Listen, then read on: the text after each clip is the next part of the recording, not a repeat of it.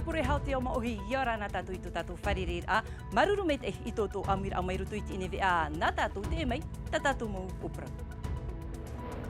Hau i te ono miria frane te tapura moni amu hia te whariturut ai te matiti ho e no te utar ai te am ai mairoto mai te momutu e te ara te prau atu ano te matini hi opuar a i te mom ai mariri ai ata te cyclotron mautumu prau tuata papahi ai te ap or arhei i te iem hana nei.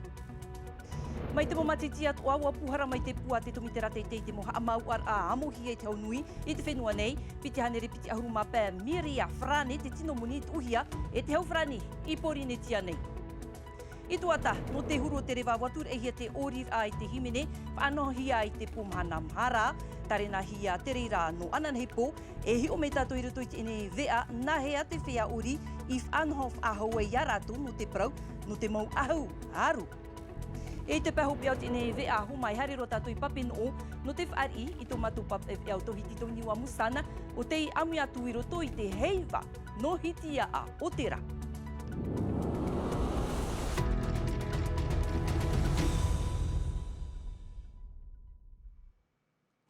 Ei o muar ara i te whare apura hei, hou te tapura a rata i a upuru ora, piti tawatini piti ahuruma no piti tawatini toru ahuruma ho e, a tua tapapahi ai, ho e au tir amana i rawe hia e te moti ama i te hia i te nun a, o ia hoi te anir ai te taatuar au te huir atira, ia tatarahapa mai i te whaotir ai rawe hia e te momero te parhei i tarahoi i te matheiti tawatini wahanere i ono ahuruma mhara. Maotira te horoar a nā motu e piti o morura e o whangatofa i roto i te rima o te haufrani no te whaatupura i te mo tamatamatar a atomi i o tātou nei te me tumu praura o te whaatupu i te titora amanao i tarahoi te e mei te mo tatarar a. Hepe tātou nāri at pro. Me te peu pe te hina arora tātou te pro pe no te totaira e te pro pe no te tatarahapa. Uhare wai moruro ai rawe ai te ohi. Ahuru mahi tu matahiti tō ui te rata. E ere i te tere hare te i te moni no te hamani i te whare pure. Me te iha no ui e maiti te i e tumparau. Rotoporo i a tātou, me rei tō tātou mō whit i. E whaotira mana hoi te i te iman o hia e maiti o hia i te taatuara o te momero apura ar hei te imhana. I muri mai rā i te mo irawa whaarawa ira ai te uhia i te mat elugaik, watupu te maror a i roto pui te muti a maiti hia i te nun a. E tuhua tō te apura ar heo tō tātou whenua i roto i tēnei whaanhora e me titau i a tātou i a tatarahapa. Te i nei rā, te i nei whaotira hohonu tō tātou i te ia watea, e tēnei he e whaore. Te hopo i a te hauwharani roto i tō tātou whenua. Te rāna. Eita te e tumu parau no te pataura, eita te hauwharani i whahau mai tāna tāreni, roto i te whiwhi tāna i whaatupu roto i tō tātou whenua. Eita tō i te e tumu parau no te parau e te hauwharani tatarahapa mai tā autopai. Eita. Donc pour moi et pour nous, le groupe Tapura. I tā matuhi ura na i rawaf arawir ai mahau te tuhia e au rai te irotu tātou i te teiha awar a. Te hahi e rā tātou i te tumu pro mātou i titohia ai o ia oi te man o tatarahapa o tā mātou e turu nei. E rawia te reira no te haere mua e aha i amu e hia i te e tuhu au tu tātou a ai mai te autonomi rā te huru. Comme l'autonomie fait partie de notre histoire aussi. I muri mai e toru hora mo tau ar aprau ua mana mai te e prau mana, maha ahuru mamha reo turu, toru reo pat ei e ahuru mero teiha apē. Tra, e te e tahar amhana roar a te tapurarat e aupuru ora, piti tawatini piti ahuruma ono, piti tawatini turu ahuruma ho e te amatarahia i te tua tapapa, ho e tuhu au te e upuar a e whaatapitapira te mon o te momero apuar arhei, mautira te prau ia no te vai, i reira e amuhia ai te matinihi upuar a ai mariri e a tau ia hoi te cyclotron. Tra mai te moha apapur a marito mai a samteina ore e watena milka. Nous, élus, on a la responsabilité d'écouter ces oncologues qui sont sur le terrain. Tiani nei o hina mo ura morgo cross ya hamauhia te matini hi opo ara mai mariri ai ata cyclotron i te whare mai no taone mai te iani hi te teimo tau te mariri ai ata a o matiti te nei tō te hau whenua te whare apora hei tuata papar ai te prono te hamaura i te e huru matini i te whenua nei toru wahi wherurihia no te whari rā te reira, i te whare mai no taone, i te patahate, i te tuhuap ihia Princess Heiata, e i mam o, I te reo te awhaiwhai prau o te ipue prau, ti tauhia nā muaroa e titorotoro i te huruarata ai te i ohipa. To ina aru mātou ha atupu ho e parahuia ho e commission d'enquête no ta papu atoa te mo tapura ohipa e hat fifi I roto te I e whare mai, no te hata I e mō taata e awawa ne I roto te I e whare mai, ai te rātou e rawetara ohipa, vaisono na te I e mō taute parahuia metsa nuclear, nā rātou e whaoti te parau o tera opuara. I te reo te tā atoar ati tauhia e ha mau auhia te I matini cyclotron I te whenua nei, e ha moit e hia te prauno te rapa aurai te wheam ai mariri ai ata, e ha māmato a hia te muha mauar a te awhataturut a, I te reo Pascal Haiti Floss e mea haua e ape I te opuar ai whanho hohonu hia. E wa whaara e nā mātou I a rātou, vaisono tera tapura ohipa, ini ai tera tohua parahuia process hiata. No te mea wa naho me tei, wa wheruri hia me tei. E te waifo whaaroa, te turune te haufrani I a tātou, e te I e pū tā tātou to tiare CPS, parohia, e te vai whaahia hia, wa naho me te, wa wheruri hia, wa whaito hia, e hi o a te hia atoa. Te iera, e ita te atoar o te momero aporar hei, e apera te ieman o, te anine I te pupu a whanotia, ia tatarahia te I pue prau. Atahi, e ataere hia te amaura ai cyclotron, ini ai tera whaito, toru matahiti te maoro, a peti e mara a u ana roa, te mau haa mau ara ano te mea me titau e chepu whaahau te taute, chepu whaahau te tuati e te wainua tura. E a toru, me arhei mau taute, ti tuu mai roto I trārata, mai te painua tu e whare I te apo ora arhei whaahepo te rira, ai ta whaahau ratu hina aro, e tutawa I roto I te parau no te nei mai mariri ai tata. No reira, te ani hae haa atu nei, tō mātou pupu, ia raua, ia kati raua Pascal, e tatara I tēnei opoar ature. Te hapapu nei o te mate Lugaik, e tate whare aporar hei, e whanho I te ohipa te hau whenua, o reira ho e pu ohipar a te hau whenua, e maiti te ho e tapura whauwha, o reira ha mau I te mau ature a, I te reo te preti te nino te pupu a whanotia, e te iepu e prau, e horohia I moe te tiripuna. Tauiro tātou I tātou tumu prau, mai te mo matiti atoa, e puhara mai hoa te pua te tumitera teitei te mau amau ar a, ha mohi e te nui te whenua nei, ia whaau hia I te matiti piti toa tini piti ahuru mamha, wa mara a whaahau te muni tautura te nui I te matiti maari e nei, ia amuhia piti hanere piti ahuru mapē, miria whrane, te hea amau ar a te nui I porinitia nei, e ha te mo upuar ararei o te paturu mei te hia I te haunui I te whenua nei, pahonor awe te arena o tā e o Esther Kineo. Ni ai nā piti hanere piti ahuru mapē tō maono miria whrane ta te haunui e nini mai I Porinetia nei, hau I te hanere ahuru miria te hamau ahia no te mo opuar a te hau whenua. Ahuru mapē tō ma piti miria no te pap-ait mo oire, e te toi a no te mo opuar a te haunui. Te wei rai hoa te teituhu au te hui mei I roto I te awhata te haunui, nā roto anei te mo te aore ia te mo aitar haut a iahi o hia te mo numera, piti ahuruma turu nia te anere o te whauwha e no a mai nā roto I te tapi horau te mo ma a na whrani mai I porine te anei, mi ai tiro ia whaau hia te mo ma au te porohia nei, nā te mo whenua no Europa ore ia no te pā atiama, no reira ho e pānoa o te whauwha e hui nei I whrani e ihara te tātua a. At ano atu te au whaur ai te morawe uhupa te haunui te whenua nei, te hoora a mai te morawe anu te amai te te ea o reia te nhora a, te paturu atu anei te haunui te mo te te uhupa nārtu I te amamar atu te. Te tehi ora a, ma teiti mairi anei, ho e tō mapiti miria te amamar atu te whaan ohi e te te SNP, no te ho mai I te pei hawa I ki nui piti. C'est indispensable. Mea whauwharo te tauturu e mai te peu aita te e amamar atu te, e ta e tia e ho mai I te e pai I nā hau, ni a nā toru miria o te amauar a, ho e tō mapiti miria te tuhu a mohia e te haunui. E piti pai ta mātou I whaau, e o te whaan o at oi te tauturua te haunui o ia hau te nuku hau piti, no te matai te piti tautini e piti ahuru mahitu, e te pai marewa nui piti. E tauturu papu te ie no te mau te ie te e opua nei e whahotu I tarato te ie te. Rawe at o no te haapapu I te eitar haur a I te wharemoni. Les priorités de la défiscalisation. Te whao te haamamar atu te o ia hoi te tauturu ai te mau rerer a manurewa I te mau whanor apahi I roto I te mau taamotu no te hora mai te mau manurewa no nā tai e te piti atoa e rere I roto I te mau motu. Hoe a huru no te mau pahi. E paturu atu ahia tino hora atu tiare te whaari ra manihini na roto i te maupatu ra hotera e te prau no te whaapu na roto i te tauturu ai te ho e whare whaamur a animara i Tarawa. Ferme avicole, par exemple, sur la presqu'île. No te ima teiti piti tawatini piti horu mau no, iau te numerar a te pu o te tomitra teitei, e riro te hamau ar a te haunui te maraf ahua, nartu i te heiva tu aronui no patitifa, e te parurur ai huara i to tatou mo o te amoana.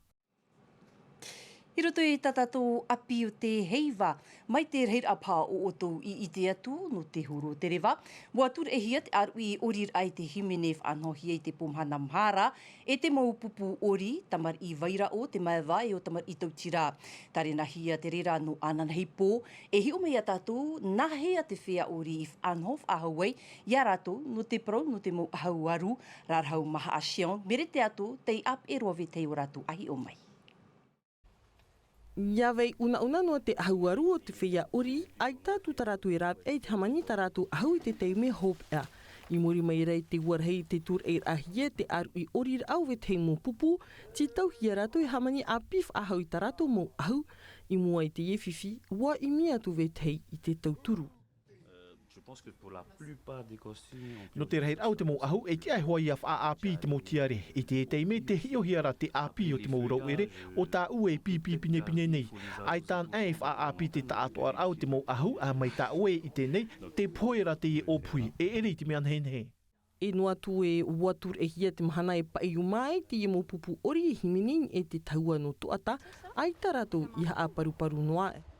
Wani mei hoa i tō matura atira pupu ori ia vei tahu eno mato i mua i te ewhiwhi, whaaruruhia e mato, whaar i hoa mato te ianira anua atua, e ere i te mea ohie no te whanhof ahau te tātai whanenhe, e te whaapi whahau ai tā mato mo ahauaru. Te rara, ua i te at o mato, te rā te prono te heiva, e tia e imi te rāwia, ia vei ine ine noa. Soirée reportée, il fallait courir pour aller rechercher justement ces végétaux. Ben écoute, ce matin, j'étais levée à 5 heures. Wara roa voi te i a ahaiata i tora peno te ani roa i a hono e wei hamani mai rā wai tā u ahuaru. E waf ar i roa mai. Trara wa huru roa voi vei tā veri no tare i tā u mawanuhe e te me tuapua. Horua tue e i tā u mau tere teiti. Au era hono e wei i ar i mei tā u manira. Wani atu ara to matur atira pupu ia hi ohia te mohua ori i te mea e, mea rei tā u maurau eri auti e operehia no te tei aitana. E ha ap ir anua te rahi a mātou i te prono te tauturu e te au te era. Tā e noa tū te whiwhio te ahuaru, he tia toa te whiwhio te whiarawe ohipa te titau nei te ho e mahana whawhaaiar a ohipa, i mua i te whiwhio te rewa, waho e rā te mana, ia i mihi e te rawe anu te wha ohier a te tere a ohipa, tā wharea nei aurera aita, aitara te ua i iritinua e te hin aro te iena whia uri, te imi te mo rawe e atoa, ia pai o mai hoa, ananhei ini a i te taua no tuata. He mai tau i whahiti atu nei rutu i tātou maup o prou. Haere ro tātou i te e teimei te uri no papino o. I reira, te heiva no hiti a Aotearoa i iritihi ai. Mō wharerir a te whea api no nā tuhu a uri mha. Ia te mō whawhaiar a haapir ano te av atiurei, te whaatupu nei te uri i te i mō wharerir a i te matiti, hau i te pehanere tauri ar ia no nā roa ahurumapa o te mō tuhu ano papino o, tiarei, maha ina e hiti a te wharerei. Haere ro rara tātou i wharerei tō tātou ne pap ea o tohiti tō niwa musan, te tonorohi atu i te epo i papen o no te e oroa iritir au te heiva. Tohiti Yorana, hea tūro o te rewa no te inepo. Yorana mai te jani orana atoa i te whea e mat, e mei nei tātou nei hapururor at i te teme. Mai teiro te rewa jani i te tuha a oire no papen o, mea te atia mai te eitrei, ai te ua i te mai i te tuha a oire, mai i te hiana i ruto i te prono tātou nei heiva no te matahiti, te maru no meira te mo tauri eria no nā tuha a emha, mai tāwe whahiti honei no hiti a Aotearoa, i te matahiti, mai tāwe atoa i whaata mai nei, hau i te pehanere tauri eria, mai te ahuru mamahau matahiti hare atu e, i tēnu atu i tō rātou mo utua whare, te ti e hiara i te tau atu aro no papen o, no te whaahohonu hauru atu rā, i te tumu prau wharero me tātou, i tātou manihini o ia te wira Le Tourneux, mono tāwana mata mo te no hiti a Aotearoa, tāwana Le Tourneux, Yorana. Marurup ai whaare ai tā mātou titau rā, tāwana, te toru o horu au te mataiti, a whaatupuhi ai te heiva no hitia au te rā. O ia maua, i te mataiti tautini e wahane re e wahuru mapa, nā mauno, te tupu mata mua rā te i e heiva, e taua taura, ki tawana oire te rea taua taura o Oriflora hoa ia, e tēnei parau ara hia toru o horu matahiti ia.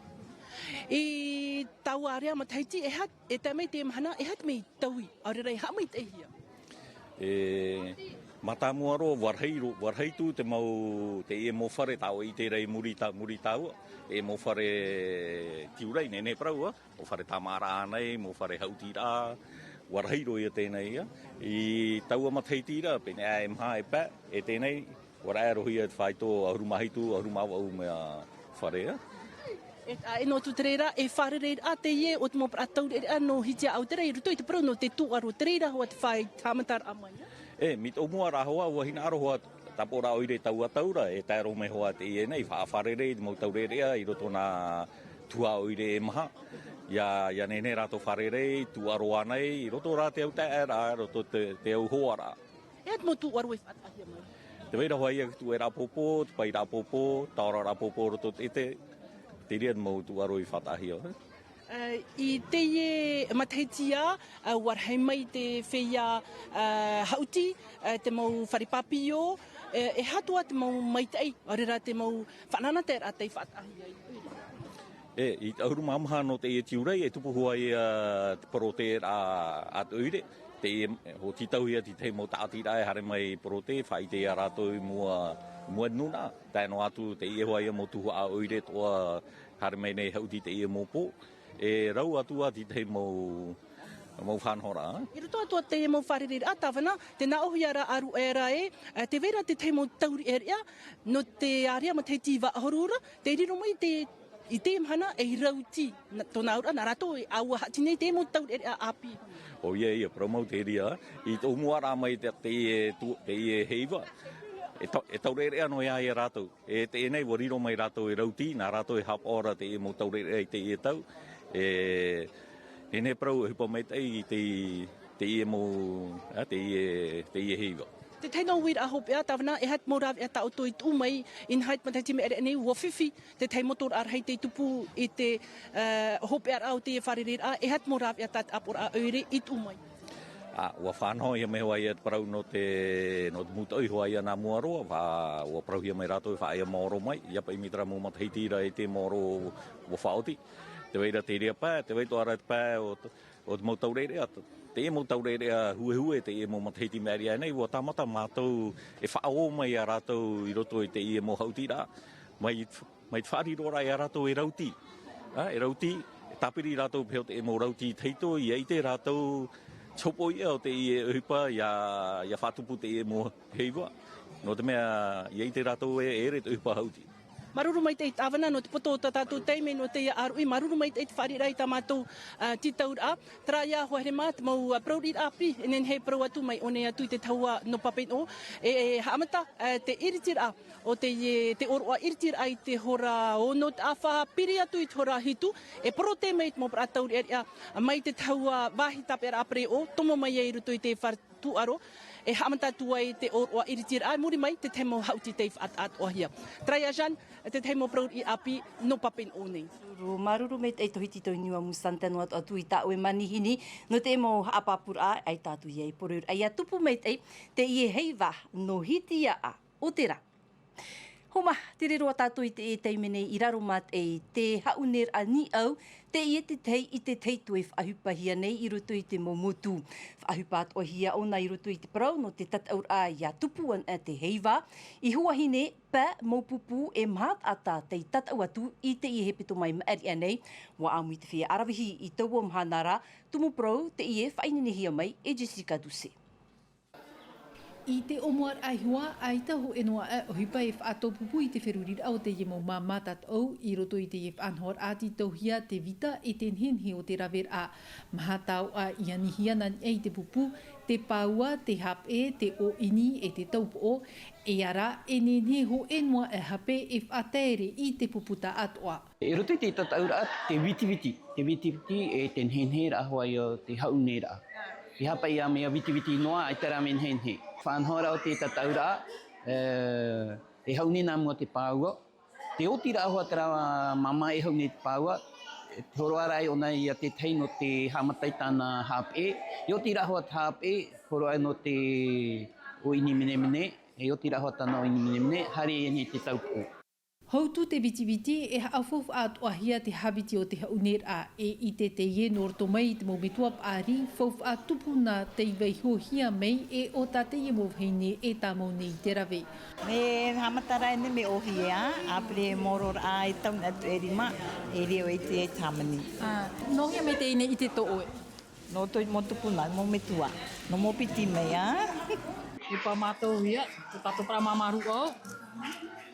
Nā pra mamaru o e hapi. I puene weite o chaaman. Ie hape te omuara? Ie hape, e hape pouro. Houtu te prau no te tator a e te me te ye no te operer a horoa I te hin aro I te ui api te papu I huahine nei e prau to te hauner a ni au I te yemhana. Hena te etumu proif aho pero I tatatu ni te ano te ene pō maruru mei te eitu utu amir amai. Roto no am a te mei ti te vea reo frani rau tihia mei e Mikado Latra. E ta e rotatu nan e te orino roto mei te pupu tuakura. No te hei wā I te iti, whareref aho a tatu ananehia pō. Ia mei te iti ruar anu te e aru I te arwhaiar hei pareana. Ia rana.